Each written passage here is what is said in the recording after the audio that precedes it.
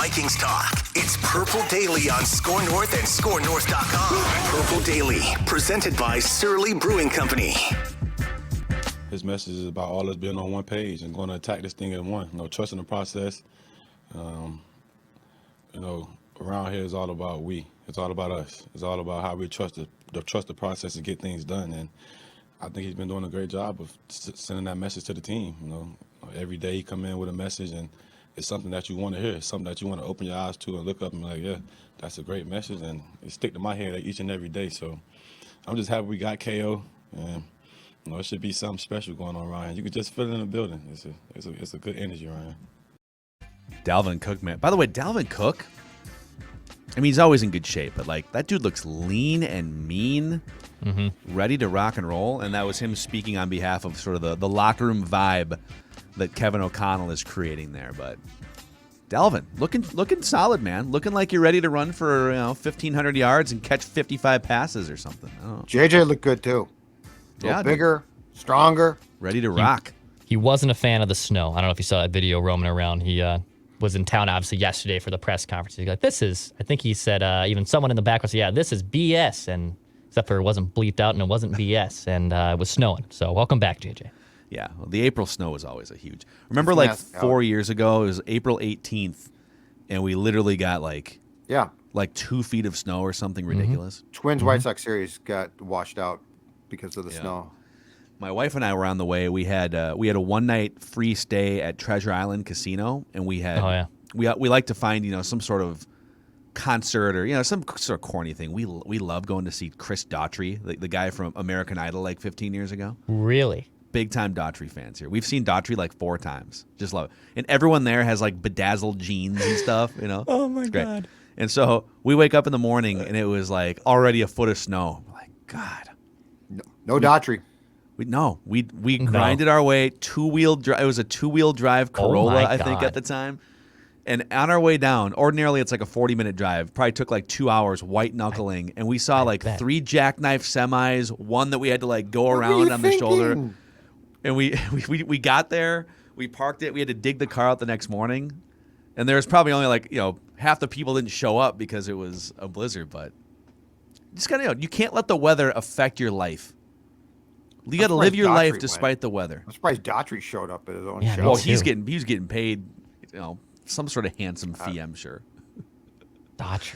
Yeah. Let me know if you guys ever want to hit up, Chris Daughtry concert. Yeah. No, that and Star You Wars and the missus can enjoy that. Let me know if Maya Mackey needs to be let out. Yeah, I'm good on that one. Yeah. I'm out on Daughtry and Star Wars nights. Okay, I'm good. Okay. All right. So this is Purple Daily. Shockingly. We just want the Vikings to win a Super Bowl before we die, and it's presented by our friends at TCL, one of the world's best-selling consumer electronics brands. They have a new lineup of award-winning TVs delivering the most entertainment with stunning resolution, all at an affordable cost. Enjoy more of the things you love with TCL. So every week we go through, and we do this multiple times a week. We love to just center some of these shows around you guys and your questions, comments, concerns, critiques. So it's the Purple Daily Reads the Comments edition of the show. You can always hit us up via the Score North app. You can send us comments on social media, Score North, Instagram, TikTok, Twitter, etc. Tommy Johnson via the Score North app says, so I'm watching Good Morning Football, and their guest is Brian Baldinger.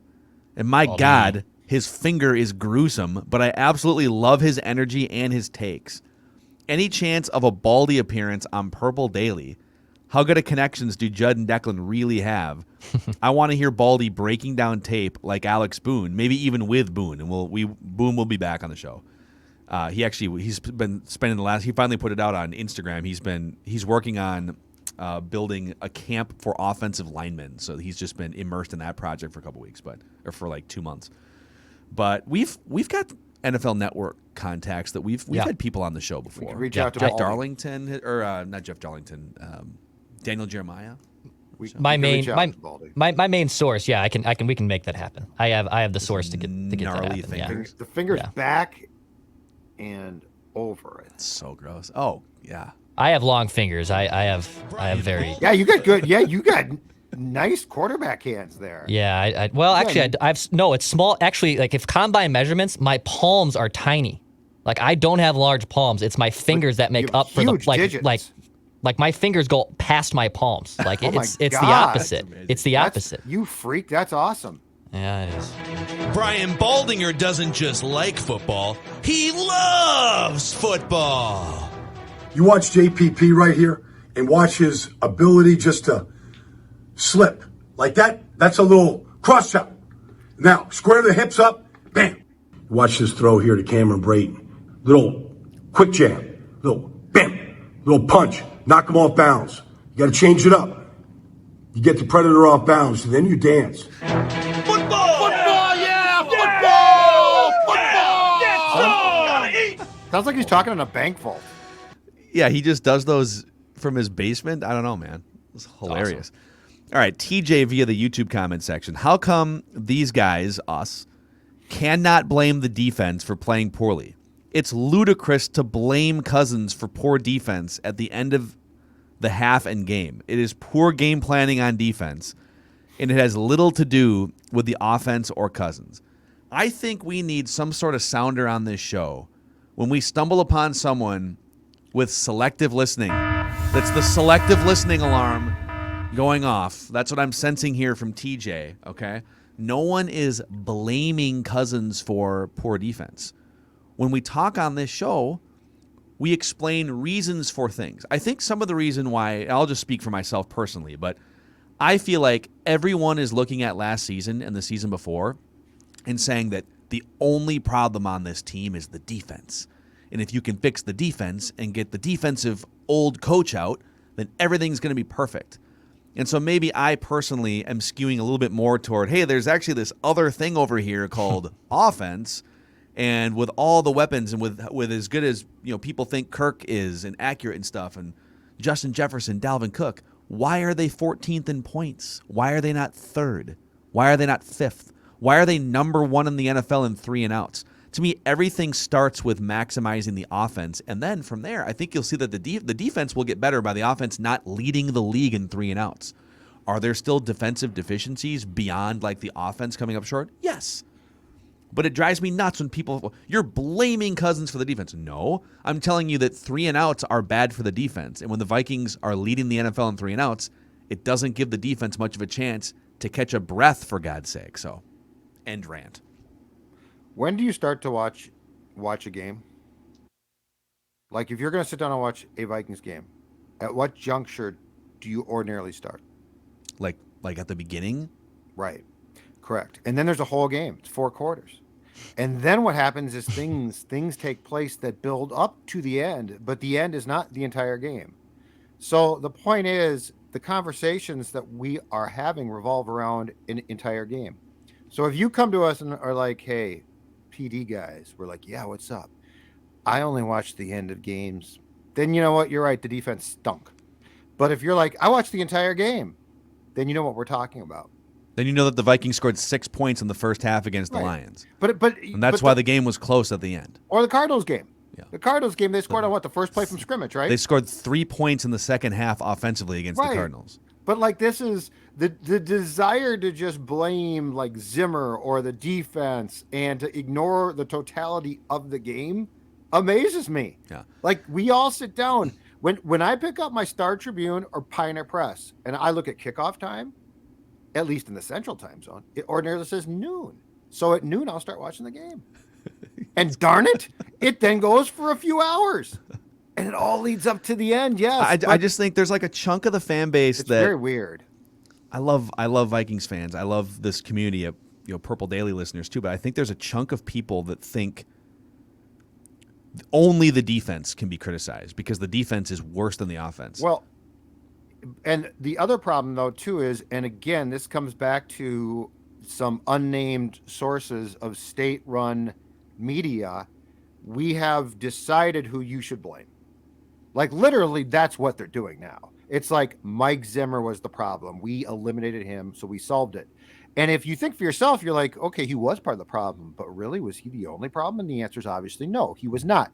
But we are told by enough people who we probably trust, who are sources of information, that the problem has been eliminated. And the reality is, That's not true. He was part of the problem. But to say that he was the entire problem, like, again, this whole thing, I like the fact that players seem excited, okay? So I'm not trying to rain on that There's an parade. energy. There's an energy, and that's awesome. And I think Kevin O'Connell might be damn good. Yep. I don't know. But all of that being said, I find it somewhat disingenuous that last year, and for really the last 2 years, nobody said boo about Zimmer. Nobody said a thing. And now it's like this collective, oh, the boogeyman is gone. I find that to be very, I told Phil Chip this too on our Purple Access show. There's veterans who could have spoken up. Like, I understand Justin Jefferson is young. Like, young guys aren't going to. I don't expect them to. But the Eric Kendrickses of the world could have said, this is garbage. Like, this like is to not Zimmer behind the scenes or publicly? Or however they wanted to get that out. But, like, I find it now to be somewhat disturbing that we have now decided that we have found the problem. That's assuming we're all stupid. Yeah, there's a lot there's a lot of oversimplification of what's gone wrong the last couple of years. And so if you're only focused on Zimmer and only focused on the defense, I think you're missing a huge, to me, the most room for upside is the offense. Yeah. If you have a league average offensive line, which they have a chance to be for the first time in a long time this season, and you've got weapons that are healthy, and Dalvin and Irv Smith comes back, and Kevin O'Connell, like, this offense needs to go from 14th to 4th in points.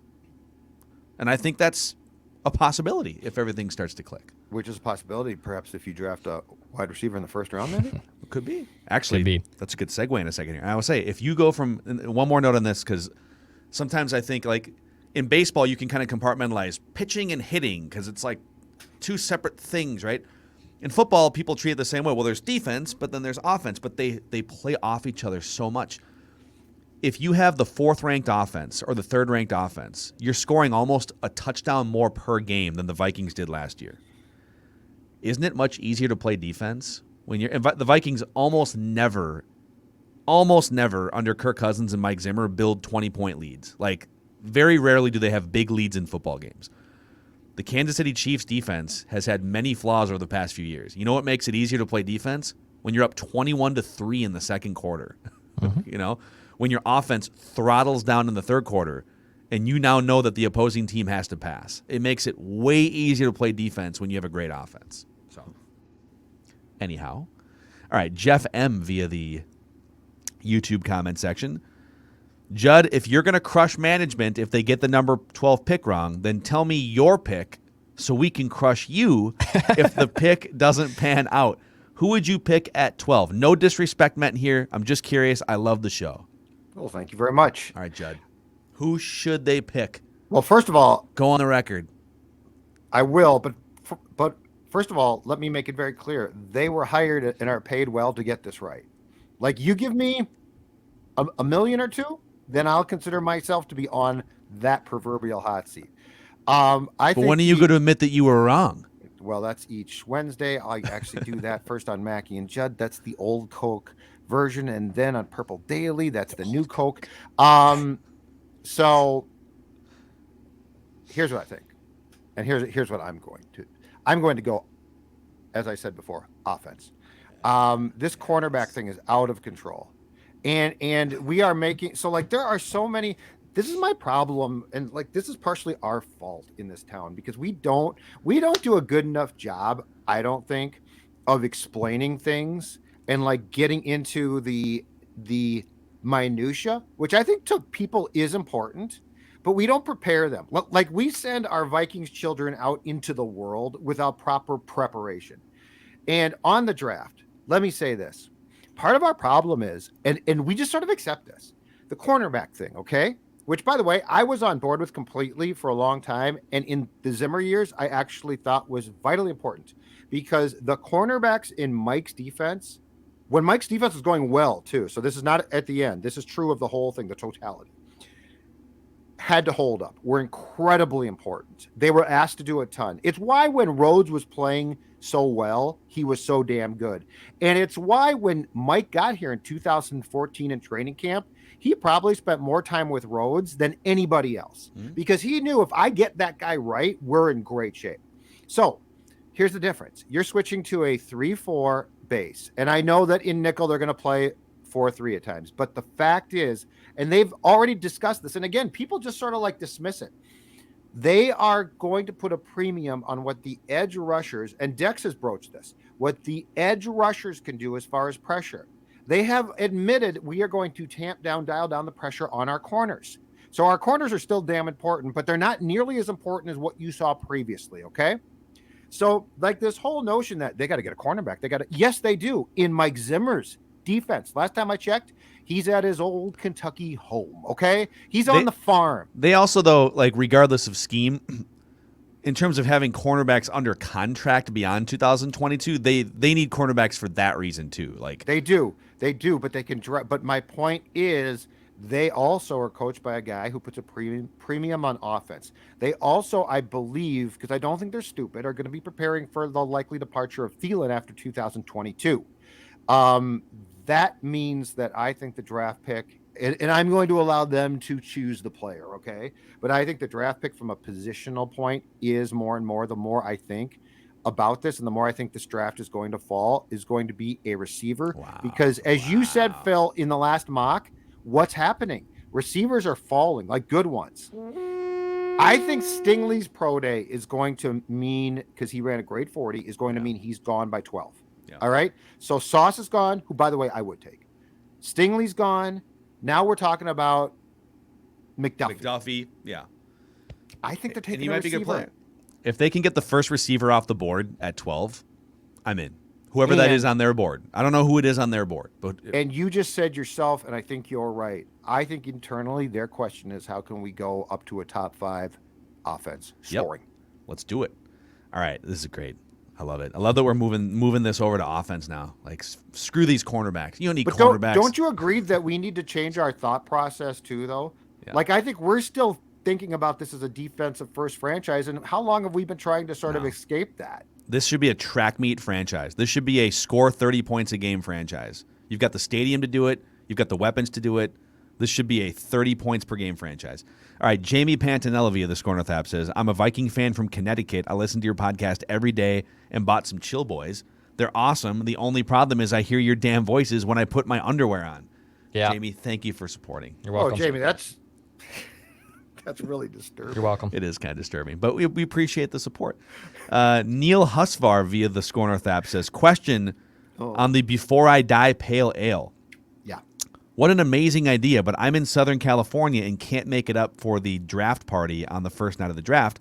My question is, will there be cans at all? If so, can I pay one of you guys to mail me a can of the Before I Die Pale Ale? Or if they have any sort of marketing posters, etc., I'll pay all expenses and buy you all around if you would send me something. Judd, I'll let you answer this question on behalf of Surly.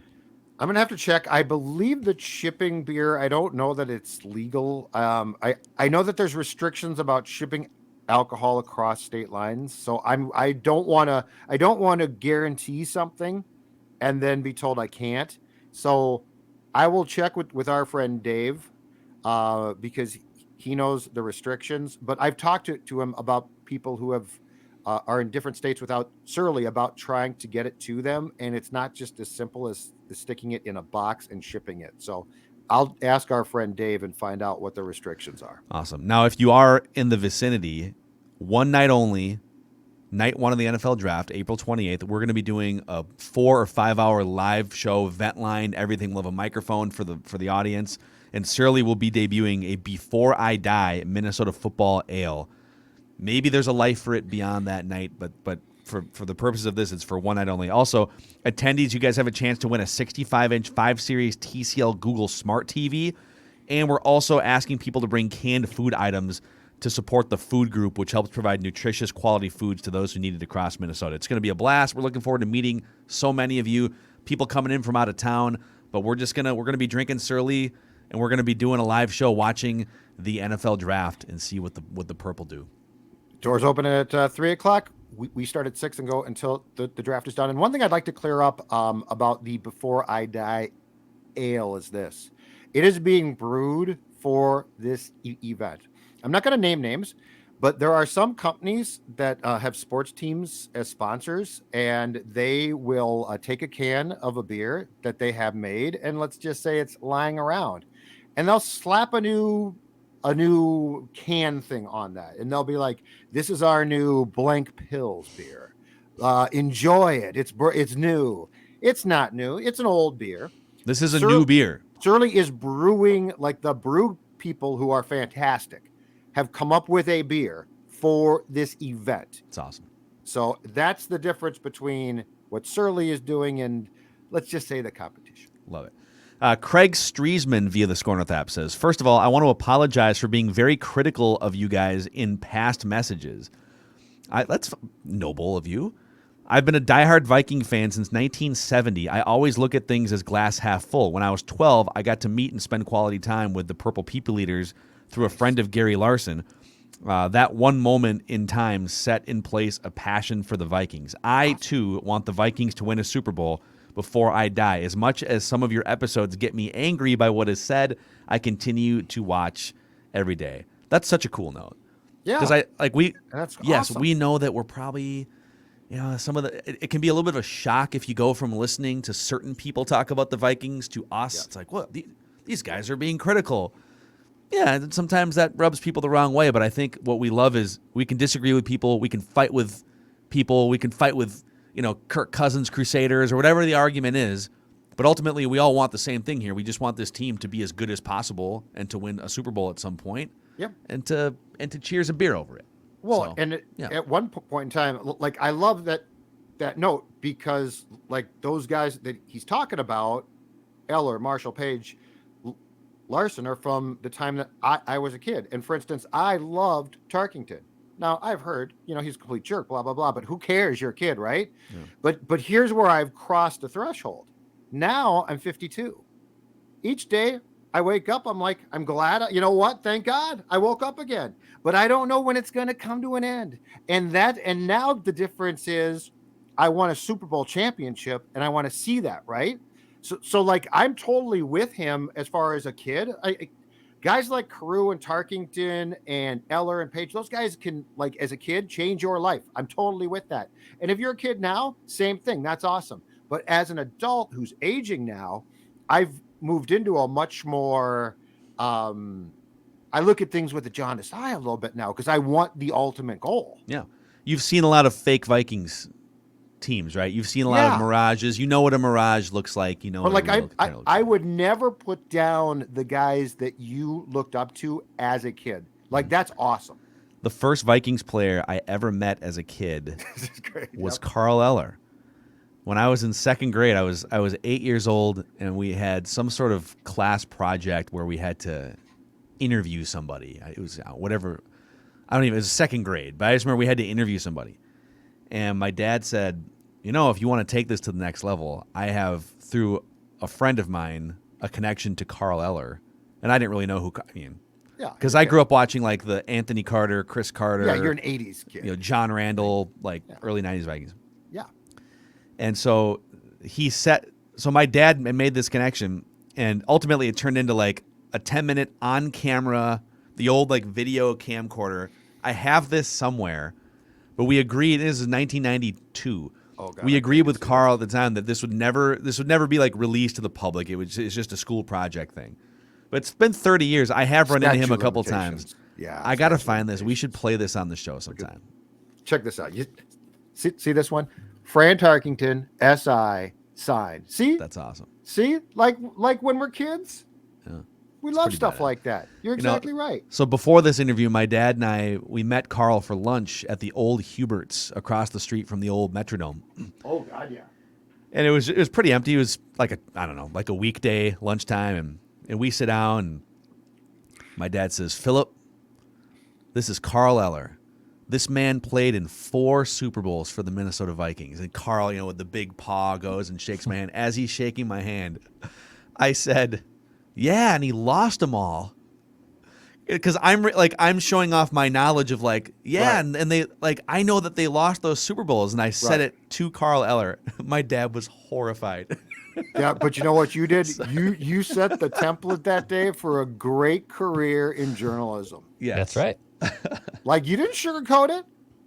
No, You didn't sorry, Carl. sugarcoat it. You're You a came at him. failure. Exactly right. Did you win any, Carl? And the answer was no. And you said, Yeah. well, before I die, I want to win. And years down the road, Surly would brew that beer. You know, he'd probably think it's pretty cool. Like we've run into each other like 3 or 4 times, and one of those times, and this is like 12 years ago, I did say, "Hey, Carl, you might not remember this, and he did remember, but he might think it's kind of cool that like, hey, this idiot kid who made that comment and Carl's interviewed him, like, oh, he's like made a living, jackass. he's made a living ripping the Vikings." So Carl's wasn't like, just yeah, Carl. I remember it, you pompous jerk. All right, trigger warning here for people. If you don't like to hear Kirk Cousins criticism, these next 2 commenters are not for you. So this is the time where, listen, if you get triggered by Kirk Cousins criticism, we just want to give you 5 seconds here to either mute or pause or fast forward or whatever you do, all right? Okay, Chris Noss from the Score North app says, I do not understand how there are Kirk stands out there. What the hell do they have to see? Dude has been in the league for a decade. It's always someone or something else that inhibits him. It's never his fault. If you're a fan of 7-10, 8-9, or 9-8 record, then yes, you should be quite happy about this deal. Even as a Viking fan, I hope the team in the front office is screwed for this stupid decision. Vikings fans are so damn mediocre, man. He is a Vikings fan, by the way. It's always someone or someone else's fault. The defense wasn't good. He didn't get along with his coach. The wide receivers weren't playing their best ball. The O-line is terrible. Can't mentally focus when there's a viable backup quarterback in the mix. Now we have absolutely everything perfect. We have to have everything perfect in order for him to be decently successful. Screw the fans who root for Kirk Cousins. Oh my Wow. God. Oh, Chris. Well, Coming you know in what? Hot. We're about to find out now. He's got an offensive coach who he likes. Offensive line is improved. Look, like, I'm going to trust on opening day of training camp that the offensive line is as good as it's going to get for Kirk. Like, I feel like the excuses for Kirk now are gone.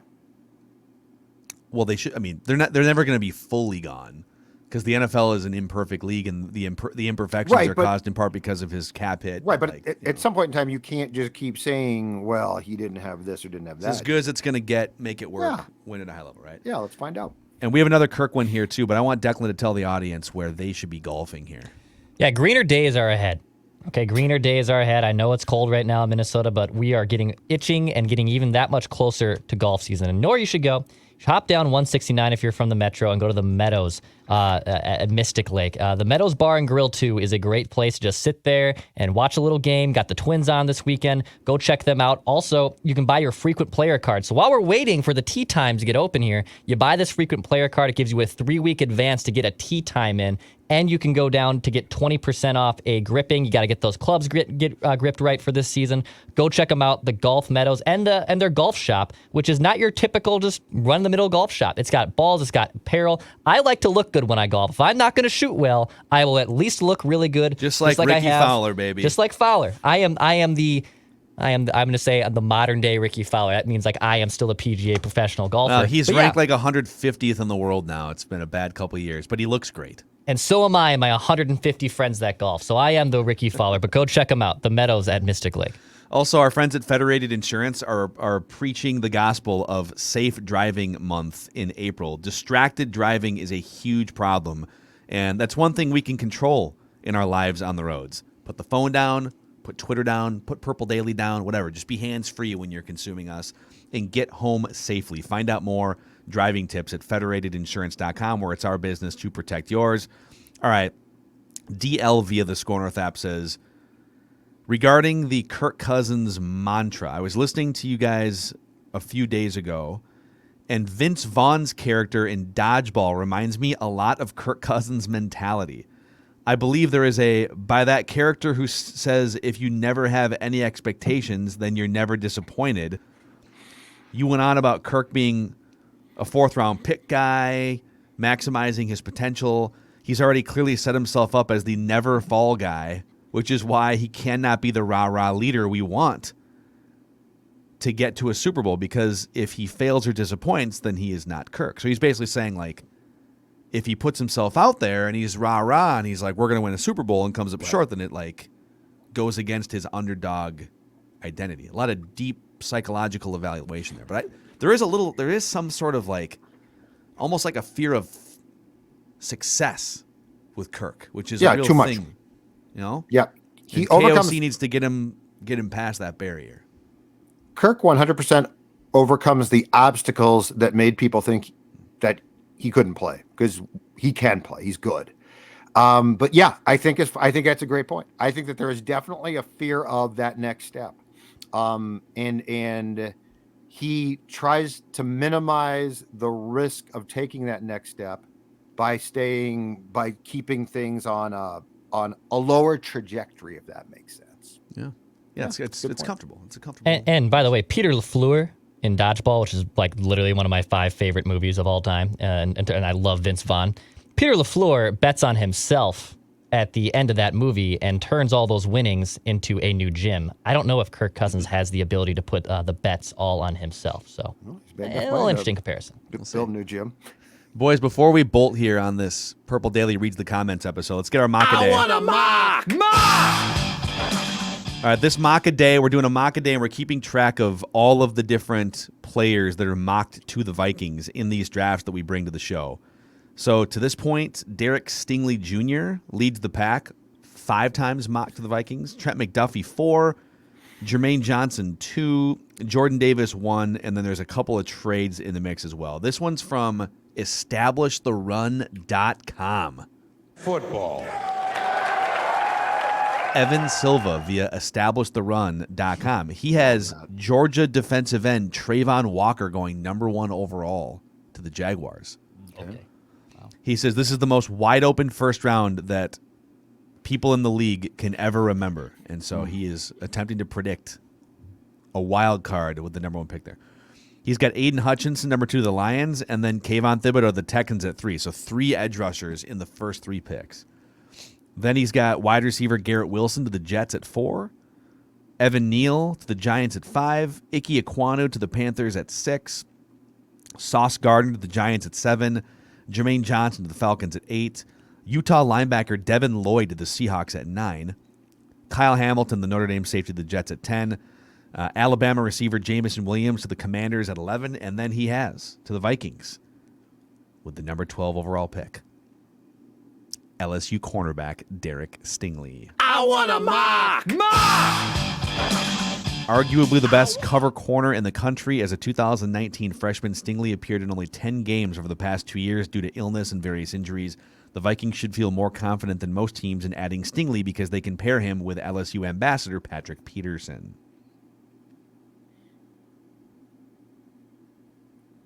Let me see here. Where do I want to collect my thoughts? Recency bias in the National Football League is a real thing. Derek Stingley Jr. at his pro day ran a 40 that shows that his foot is okay. Okay? That's a big deal. It's a huge deal. I think the people that have him going before the Vikings have it right. I don't think he's going to get to 12. He's a corner who ran a really good 40 and had a great freshman year, followed by a couple of down years. But we're almost dismissing, we're almost making it logical how teams approach pro days, which I don't agree with. I think pro days and 40 times, right or wrong, and I often think it's wrong, weigh in huge. I like where he was going. Like, I like doing sort of an off the wall because the draft is weird and it definitely doesn't have a lot of sexy players. But that being said, I feel like he got around 12 and just started to mail in the picks. I'm very disappointed. Yeah, maybe he did. Well, but there it is. There's your Dex agrees. Look, he's nodding his head. Dex agrees. It is. It just don't take the lazy way out. Quit doing that. Of Judd calling Evan Silva Let's get inside the head of NFL executives. Let's understand. They're going to look at the 40 in the pro day. They're going to weigh that. Yeah. All right, boys. Purple Daily reads the comments. There you have it. Thanks, everyone, for hanging out with us, sending in your comments, questions, critiques, concerns, and we'll see you tomorrow and on Thursday, April 28th at Surly for the Purple Daily Surly Draft Party.